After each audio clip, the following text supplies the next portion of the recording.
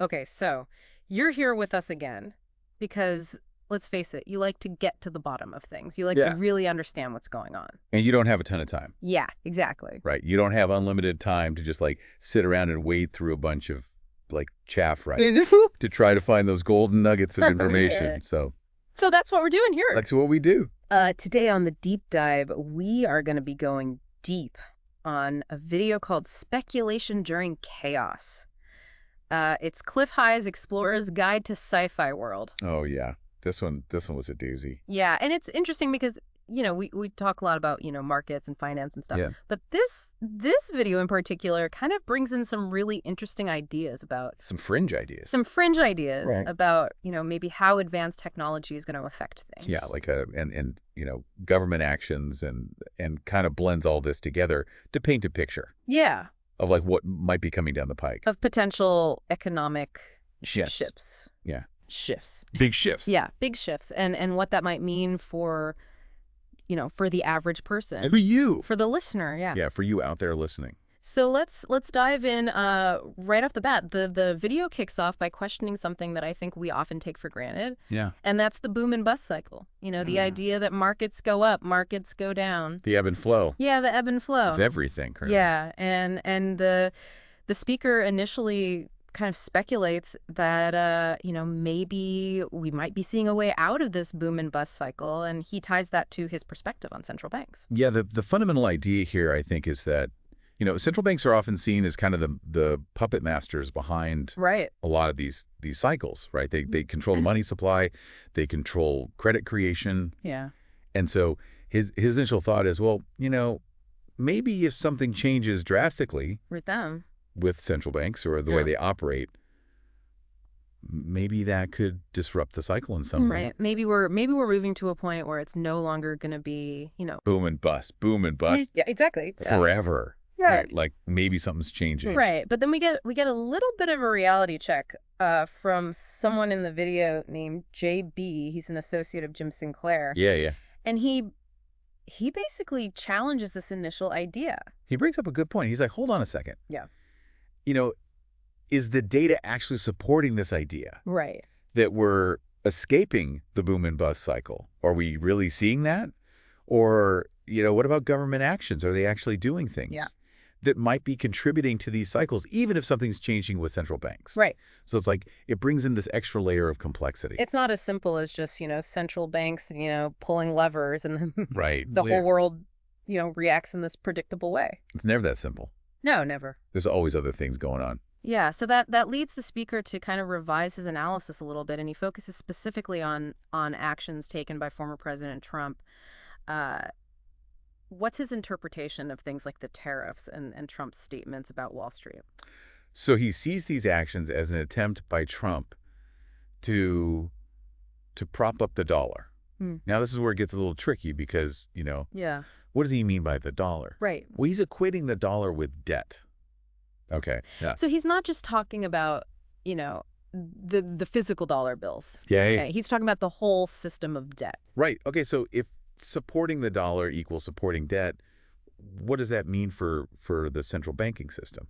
Well, in his view, that means supporting the private central banking system. Uh-huh. And he sees this system as the root cause Yeah. of these boom and bust cycles. So it's kind of like a catch-22. Yeah, like you're trying to support the system, but in doing so, you're actually supporting the very thing that's causing the problem. Right. Yeah, you're almost like feeding the beast. Exactly. Feeding the beast. Yeah. Trying to keep it alive. Yeah, and so this sets the stage for two potential scenarios that he lays out in the video. What are those two possibilities regarding Trump's strategy here? Okay, so the first possibility is that Trump's working to reinforce the debt system. Uh-huh. Right?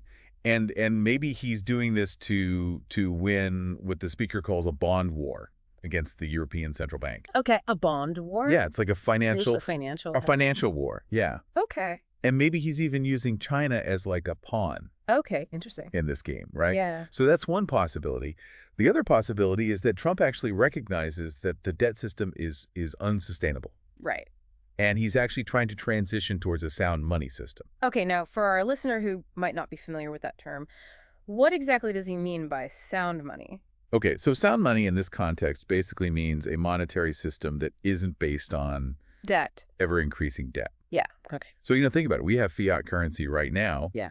Right. It's not backed by anything. Right. It's just based on, the government saying it has value. Yeah. Faith and credit. Faith and credit, exactly. Yeah. So sound money would be something different. It would be something that's, maybe tied to a tangible asset or something like that. Okay. Okay. Interesting. And so he's suggesting that maybe Trump is trying to move us in that direction, Yeah, that's one possibility. but it wouldn't be a quick fix. No, he makes the point that, back in the 1800s, when the Second Central Bank was dissolved, even back then when gold was like a main form of money, it still took about 3 years to transition to a more stable system. Right. And he's saying, we're in a much more complex situation now Yeah. with electronic systems and credit cards and all that. So Yeah. it would be a huge undertaking. Yeah. So it's not like it's going to happen overnight. Not at all. Okay. And regardless of which path Trump might be on, he makes a prediction about his supporters. Yeah, the trumpeters. The Trumpitas, he says, they're likely to continue supporting the debt system even if a transition to sound money is happening. Yeah, basically. Why is that? He thinks that they're not going to really see the long-term vision. Mm-hmm. They're going to be focused on the immediate needs. Okay, so maybe they're not going to understand that, some short-term pain might lead to some long-term gain. Exactly. Yeah. Okay, interesting. Finally, on this initial point about, kind of the debt system and all this, he talks about encouraging stock purchases, even with the idea of rehypothecated stocks, which is a mouthful. It is a mouthful, but he sees a potential reason for this. So first off, for our listener who might not know, what does rehypothecated actually mean in this context? Yeah, okay, so rehypothecation is when, you use something as collateral for a loan, and then the person who receives that collateral, they use it again. They use again? Okay. To secure their own borrowing. So it's kind of like... It's like collateral on top of collateral. Right. So you're basically kind of like, using the same asset multiple times. Yeah, basically. And in the context of stocks, it means your broker can lend out the shares that you bought on margin to someone else. Okay. So your ownership becomes a little bit fuzzy. Yeah, okay, so it's not as straightforward as just, I own these shares. No, it's not that simple. Okay, and so he's saying, even with that complexity, she thinks there might be a reason to encourage people to buy stocks. What is it? Well, he thinks it could be a way to support the jet system in the short term. Wow. So, if you get people buying stocks, the market goes up. Yeah. People feel wealthier. Right. And it kind of creates this illusion of stability. Right. Even though maybe things aren't really that stable underneath the surface. Okay, so it's kind of like a Band-Aid. Yeah. Yeah, like a temporary fix. Yeah, okay, so that's kind of the picture of the traditional financial system that he paints. Right, and it's not a pretty picture. No, it's not. And then he takes a pretty sharp turn into something totally unexpected, reverse-engineered alien technology. Here we go. Yeah, tell us about that. So he's suggesting that this technology has been slowly trickling into society since like the 1950s. Okay. And he gives examples like fiber optics, Velcro digital chips, stealth technology, things that we kind of take for granted now. Yeah. But he's saying those are actually the result of reverse engineered alien technology. Okay, so he's not just talking about, like UFOs and, little green men. He's talking about actual tech. Actual technology. Yeah, that we're using every day. Wow. Okay, and so now he thinks we're about to see even more of this technology coming out. Yeah, he thinks we're on the verge of something much bigger. Okay. Like what? He specifically mentions engines, propulsion systems, anti-gravity, and zero-point energy. Okay, hold on. Zero-point energy? What is that? So zero-point energy is this idea that you can draw energy from the vacuum of space. Okay. Like there's energy all around us that we can tap into. Wow. Okay, so that would be a... Game changer. Yeah. If that's real. And he thinks that's coming. He thinks it's coming, yeah. Wow, and he sees certain things happening in the world right now as indicators of this. Yeah, he talks about like shifts in language, how people are talking about certain things, and he also mentions all the discussions about hidden JFK assassination material. Okay. And he thinks that that material could be related to a breakaway civilization. A breakaway civilization? What does that mean? So this is the idea that there's a group of people, maybe even another species, wow, that have this advanced technology, and they've been developing it in secret. Okay, so they've kind of like broken away from the rest of humanity. Yeah, exactly. Wow, okay, so this is getting pretty far out there, but even with all of this on the horizon, he still has a pretty clear outlook for the boom and bust cycle in the near term. Yeah, so he's saying that even with all this crazy stuff coming, potentially, Yeah. he thinks the boom and bust cycle is going to continue for at least the next 18 to 36 months So for the next year and a half to 3 years, we're still going to be in this. in the same pattern. Oh, interesting. So that leads us to the topic of trading opportunities in all of this chaos. What advice does he have for someone who wants to navigate this period? Well, he thinks that, a smart person can find opportunities to trade in and out of markets during all this volatility. Yeah. But he emphasizes that these trades are going to be in dollars, the existing fiat currency. Okay, but there's a big caveat here, right?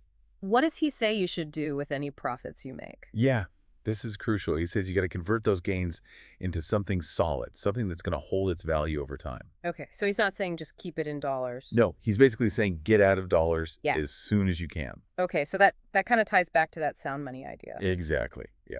Okay, now let's talk about the potential impact of this zero-point technology. Hmm. He seems to think that if this comes out, it could really change the game, especially for the monetary system. Yeah, it would be a huge disruption. Yeah, how so? Well, he's saying that if zero-point technology in any form Yeah. comes out this year, yeah, it would immediately start pushing us towards a sound money system.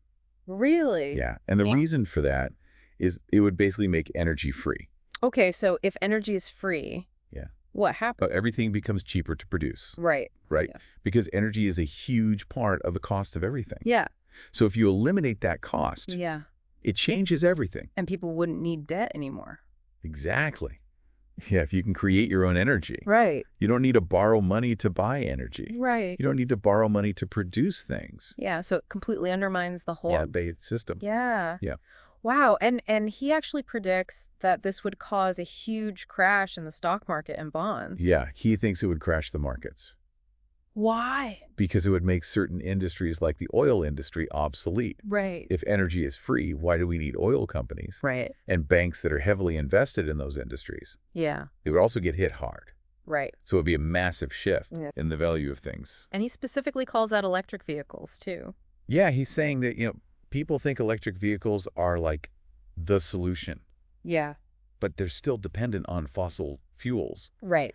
to produce the batteries, Yeah. to generate the Maybe electricity. to charge them up, yeah. So they're not really a solution? Not as much of a solution as we think. No, not really. Okay, so then he shifts gears and talks about this mystery of the missing trillions of dollars. Oh, yeah. This is a weird one. Yeah, what's his theory about this? So he's talking about trillions of dollars that have vanished from computer systems. Wow. And he thinks these are fake dollars. Fake dollars. Yeah, like illegally created. Wow. And he thinks they were created outside of the normal Federal Reserve reporting mechanisms. So it's like scammers scamming the scammers. Okay, so they're basically like creating money out of thin air Yeah, basically. and nobody can track it. Right. Wow. And what does he think the Federal Reserve is doing about this? He thinks they probably know about it. Uh-huh. But they're more concerned with just keeping the money flowing. Okay. As long as there's liquidity in the system. Right. They're not too worried about where it came from. Interesting. And this leads to this idea of black money machines. Yeah. He thinks these machines have been operating for decades. Decades. Yeah, maybe even to fund the suppression of alien technology. Wow. Okay, so this is all starting to connect. Yeah, it's all very conspiratorial. It is. But it's interesting. Yeah, and so what happens if this flow of fake money is stopped? Well, he thinks it would cause a lot of problems for people who rely on government funding. Okay. If all of a sudden this spigot of money is turned off, Yeah. people are going to feel it. Right. And he even gives a time frame for when he thinks this might happen. Yeah, he says July. July. Yeah, this summer. Okay, Yeah. this summer's going to be interesting. This sounds like it. Yeah. So it sounds like he's painting a picture of a very fragile financial system. Yeah. He's basically saying the current system is at its end. He says the petrodollar has already exceeded the average lifespan of unbacked currencies. Okay. So he's saying we're on borrowed time. Yeah. Okay. And he also mentions this idea that the government is fighting against deflation. Yeah, they're trying to keep prices from going down. Right. But he says destroying all these fake dollars is deflationary. So they're kind of in a tough spot. Yeah, they're trying to walk a tightrope. Yeah, and nobody really knows how they're going to pull this off. Right. It's uncharted territory. Yeah, so what's his overall expectation for the markets in the near future? Well, he thinks we're going to see a lot of instability. Okay. Wild swings in the markets. Like a roller coaster? Yeah, like a roller coaster. Okay. He even compares it to what happened after the bond problems in 1933, Right. which, led to the Great Depression. Right. So he's not sugarcoating it. No. He thinks things could get really bad. Okay. And then he talks about how interconnected everything is globally. Yeah. He says that even a small event Yeah. can cause major disruptions. Like what? He uses the example of a country like Tonga. Tonga. Yeah, tiny little island nation. Yeah. He's saying, what if they develop zero-point technology Okay. that would completely disrupt the global energy market, Right. even though they're a tiny country, Right. because everything is so connected? Yeah. It would be a domino effect. Exactly. Wow. Okay. So with all this potential chaos, what's the takeaway? How do we navigate this? Well, he's saying that there will be opportunities for traders, Okay. but you got to be smart about it. Right. He says the markets are going to be driven more by sentiment Uh-huh. and, things that happen on the internet Yeah. than by traditional analysis. Okay. So it's going to be more about psychology Yeah. than about, fundamentals. Right. And he gives an example of this. Yeah, he talks about Trump. When Trump said it's a good time to buy stocks, Yeah. the market went up. Immediately? Yeah. Right. Just because he said it, Right. not because anything had actually changed. Right. Okay. So words have power. Yeah, words are powerful. Yeah. Especially in this kind of environment. Exactly. And he points to a specific time frame, the first week of July, as being potentially important. Yeah, he says there's going to be an emotional wall in the first week of July. Okay. Like something big is going to happen. Right. Maybe related to all this stuff we've been talking about. So July is going to be a big month. Sounds like it. Okay. So to wrap up, we've gone pretty deep here. We have. What's the key takeaway from all of this? I think the takeaway is that we're in for a period of massive change. Yeah. And the financial system is going to be at the center of it. Yeah. And, it's not just about traditional economic forces. It's also about this potential emergence of new technologies Right. that could completely change the game. And that's what makes it so hard to predict. Exactly. Yeah. You know what's going to happen. We're in uncharted territory. Yeah. And so for you, the listener, what's the message here? What do you need to know to navigate this? Well, I think the message is be prepared. Yeah. Don't be complacent. Right. Think about ways to preserve your wealth Yeah. outside of the traditional system. Yeah. Okay. So food for thought. Definitely. So our final thought for today, really take some time to think about this. What would a world look like where energy is abundant Yeah. and the traditional kind of power structures start to crumble? How would that change things? Yeah. How would that change our understanding of wealth and security and, In the future? Yeah, and the future, and what are some maybe small signals that we're seeing right now that might be hinting at these massive shifts? Yeah, it's worth thinking about. Definitely something to ponder.